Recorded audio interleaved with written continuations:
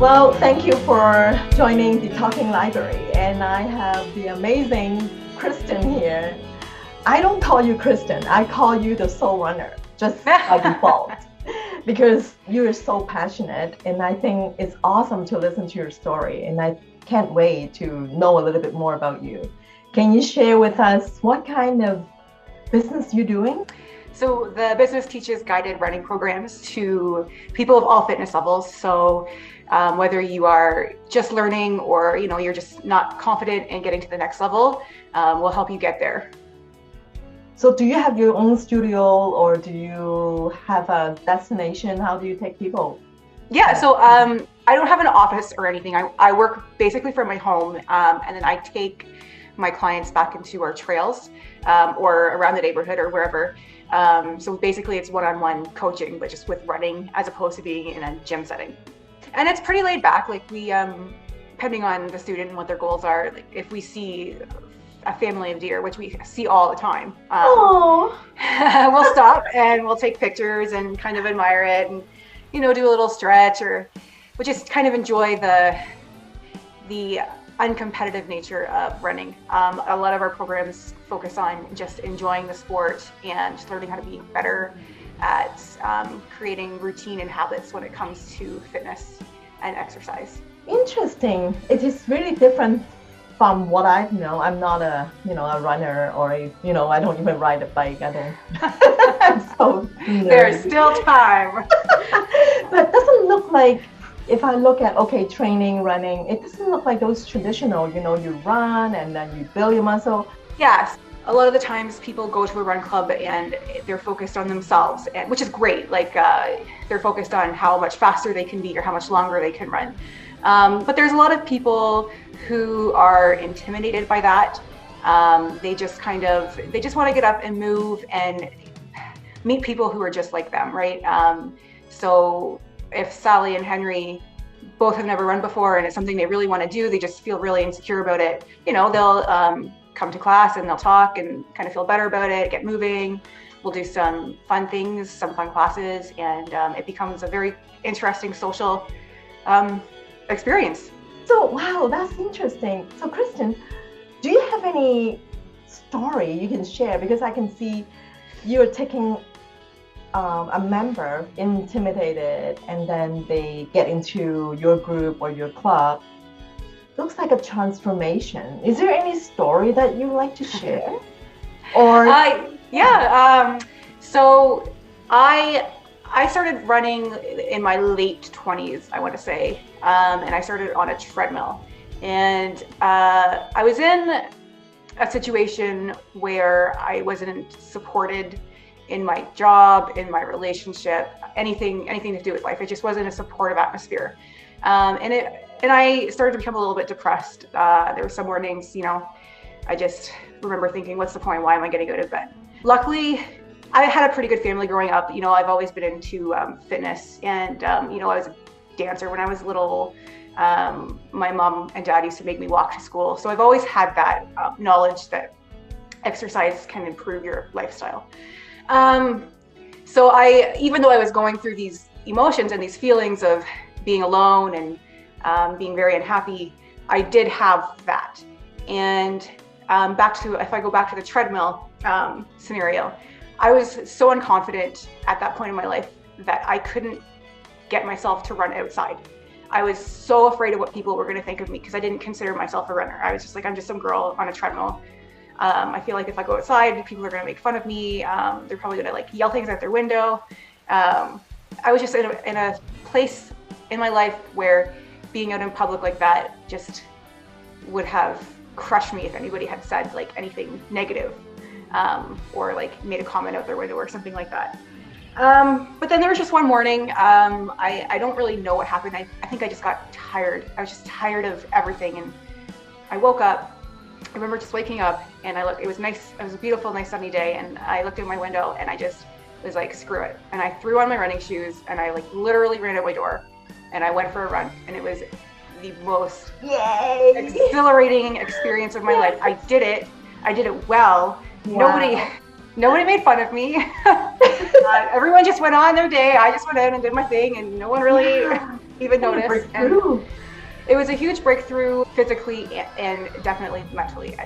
The thing that I love about running is a very challenging sport. You want to keep going, but you want to quit. So you always have that like inner battle because you get tired really fast, but you have that kind of drive that you're like, oh no, I'm going to beat this stat. I'm going to do better than I did yesterday. So I think I carried that forward to where I was in my life, and I just moved forward from there. I've never looked back. I will be a runner as long as I can for the rest of my life, and I will do anything I can to help anybody else kind of have a breakthrough moment. That is amazing. Wow, that's a lot of inspiration behind running. Have you ever thought about this is going to be your career? No, never. When I was little, I wanted to be a ballerina, but I really sucked at ballet. I was so bad. Zero turnout. My hips are terrible. And then, I toyed with the idea of going into fitness. I ended up going to school for fashion design, which was, not my smartest move.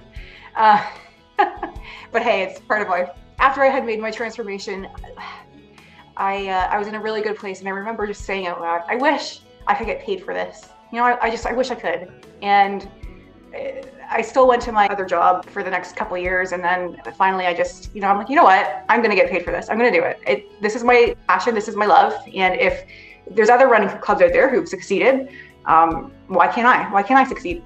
So I think that was one of the hardest things for me in starting this business was I was really worried about what other people would think, or they'd be like, oh, she has no experience. But, when you kind of step back and look at the reasons why you're starting your business or why you want to do what you want to do, it definitely helps you put yourself out there a little bit more, if that makes sense. How long have you been doing Soul Runners Club? So it started out as a free run club in 2018. I went back to school for business in 2018. So we started the free run group then, and then last June, so June of 2020. Sorry, I got my dates wrong. We started in 2019, and then in June of 2020 is when I started offering one-on-one classes. I had originally wanted to do the group running, but we couldn't because of COVID. So I did one-on-one classes, and then in the fall I got to do group, and now I get to do group. So we're not even a year old when it comes to offering the group running. Yeah. Hey, I checked out your website too. You have merchandise. Did you design all that? Wish I could take the credit for the designing, but no. My partner, he went to school for graphic design, and he also has a t-shirt printer. So I take his brain sometimes. I'll tell him what I want, and he'll. I'm not a very good drawer, and I'll draw this and he'll make cutie, awful picture, and then he'll be like, okay, and it's completely different, but so much better. And you run your business, you pull everybody in for you. That's right. You gotta make people work for you. Yeah. And I think nothing is better than putting your passion to a job that you can enjoy, and you can, expand on what you love and seeing the outcomes that you wanted to create, right? So you kind of share some challenges. If I were asked you to pick out one of the biggest challenge that you have overcome, what would that be? I think I kind of started over again when I was in my 30s. So I got into a relationship and married by the time between 20 and 30, and it just wasn't the right thing for me to have done. I missed out on a lot of things. I kind of was a homebody. I just worked and came home and just lived in a box, I guess. Just be there. Was that? Just be there? I was just there. It was just, exactly. That's perfect. I was just basically just getting up, going to work, coming home, working out, going to bed, repeat. 10 years later, I was just like, I can't do this anymore. What is the point? What is the point of life? That after that first run, I think that's when, like you said, it's like a transformation. It's after that, I was able to move forward. I was able to go out on my own.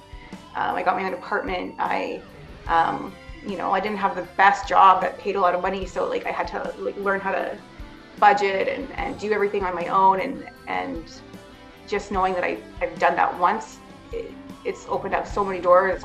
You can do anything. You can do anything you put your mind to. If you really want it and it's good for you, I think that's key. It should be something good for you. Then it's possible. Wow. Well, thank you for sharing that. It's a very good lesson people need to learn from their experience. And it's like it links back to you get off from the treadmill and go outside, and now you can see the world, and then you have the courage, you're motivated, it's connected. Everything is connected, and I'm so proud that you have done that. And you're a happier person.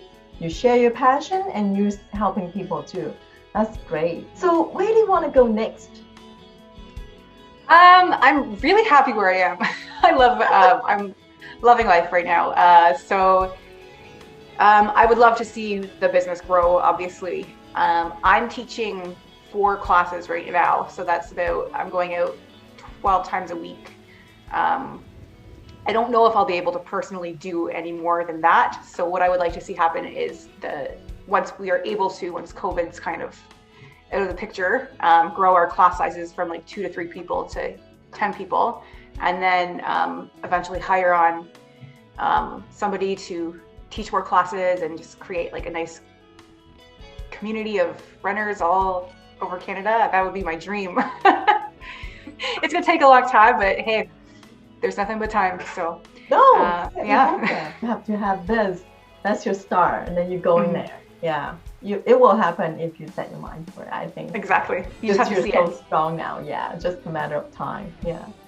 Well, one last thing I wanted to ask you: if you were to give out one most important advice to people who looking for ways to improve themselves, what would that be? I would say find something that you really love to do and make sure that you're making time to do it. I hear a lot of people say, I don't have time to work out. But I feel like whatever you want to make time for, you're going to make time for. Make sure that you're making yourself a priority. I also have a family, but they know, at a certain time every day, this is my time to do this. And they respect that. So yeah, make yourself a priority, find something that you love and make sure you do it. Don't ever feel selfish for doing it.